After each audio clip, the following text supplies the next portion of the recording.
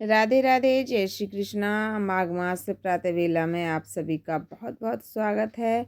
और आज हम माघ मास की सुनाएंगे 14वां अध्याय। माघ मास में प्रतिदिन प्रातः कालीन स्नान, दान, जप, तप, दान और कथाएं श्रवण करने का बहुत विशेष महत्व है। इसीलिए हम और आप सुन रहे हैं माघ मास की पौराणिक कथाएं। तो आइए सुनते हैं, ध्यान पूर्वक सुने। बोलो विष्णु भगवान की जय।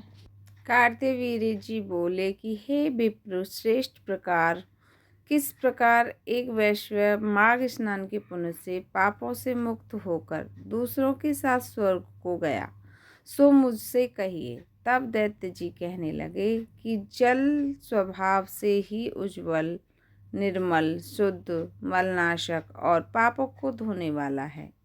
जल सब प्राणियों का पोषण करने वाला है, ऐसा वेदों ने कहा है। मकर, सूर्य, माघ मास के गौ के पैर डूबने योग्य जल से भी हम स्नान करें तो मनुष्य को स्वर्ग प्राप्त हो सकता है। यदि सारा मास मतलब सारा महीने स्नान करने से हम आश्चर्य नहीं कर सकते, तो हम 3 दिन स्नान करें तो हमारे पापों का नाश हो जाएगा। जो व्यक्ति थोड़े ही दान करने से धनी और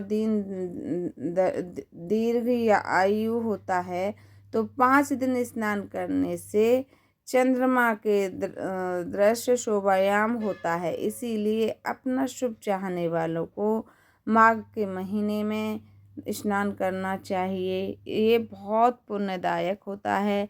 इस महीने में हमें ज़्यादा से ज़्यादा पुण्य, दान, तप और बहुत ज़्यादा करना चाहिए, तो उसका हमें 100 गुना फल मिलता है। और हमें पूरे महीने हम नहीं कर सकते हैं। अगर हम 3 दिन कर लेना स्नान, तो हमारा जीवन धन्य हो जाएगा, हम स्वर्ग को प्राप्त हो जाएंगे।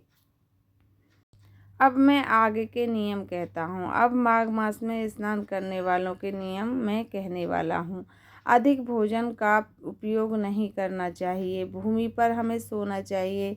भगवान की चित्रकला पूजा करनी चाहिए। ईंधन, वस्त्र, कंबल, जूता, कुंबल, मृग, तेल, कपास, रुई, वस्त्र तथा अन्न का दान हमें करना चाहिए।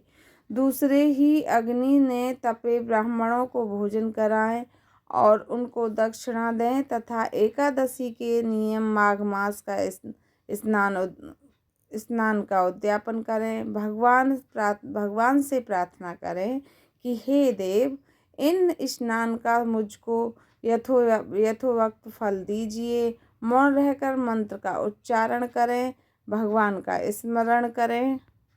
जो मनुष्य श्री गंगा जी में माघ मास में स्नान करते हैं, वे 4000 गुना तक स्वर्ग से नहीं गिरते। जो कोई माघ मास में गंगा और यमुना में का स्नान करता है, वह प्रतिदिन 1000 कपला गौ के दान का फल पाता है।